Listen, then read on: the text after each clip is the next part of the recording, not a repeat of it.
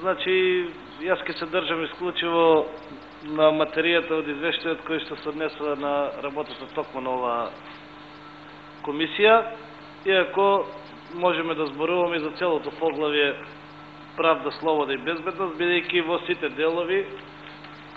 од оваа поглавје се забележува ограничен, добар, мал, одреден напредок, меѓутоа секаде напредок, нормално се одредени корекции, меѓу кои се и корекциите кои што и претходниот дискутант ги спомена, меѓутоа важно е дека секаде имаме одреден мал или било каков добар напредок.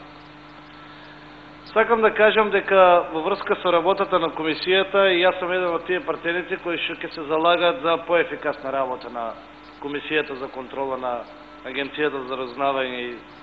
ДБК, и самиот факт што ова ни е втора седница во овие 2 месеци покажува дека веќе уште од старт имаме повеќе седници во однос на 2010 година. Сакам да кажам дека Дирекцијата за безбедност и контраразузнавање и Агенцијата за разузнавање, каде што директно не се спомнува никаде со полно име и презиме во овој извештај, меѓутоа делот кој што се однесува на директната мешаност, покажува дека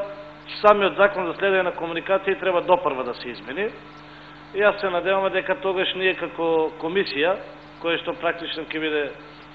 како дел од матичните комисии за измени и дополнување на овој закон, ќе имаме доста активна улога и ќе имаме доста конструктивни предлози во врска се со цел подобрување и соекнување на цивилната контрола на сите служби кои што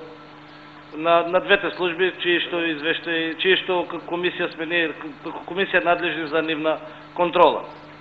Исто така сакам да кажам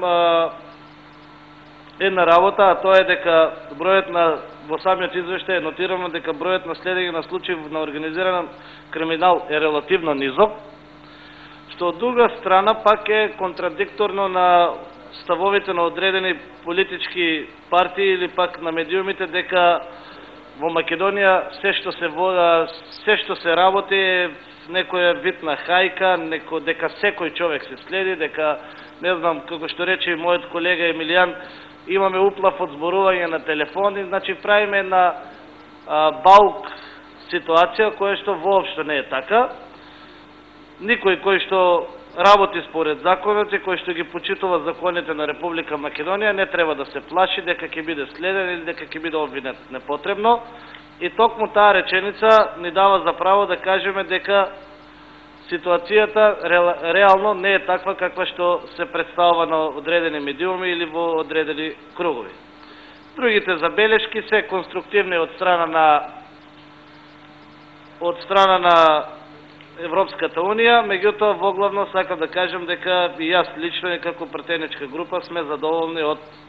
одредениот напредок кој што е постигнат во оваа поглавје и во работата на Агенцијата за разузнавање и Дирекцијата за безбедност и контраразузнавање.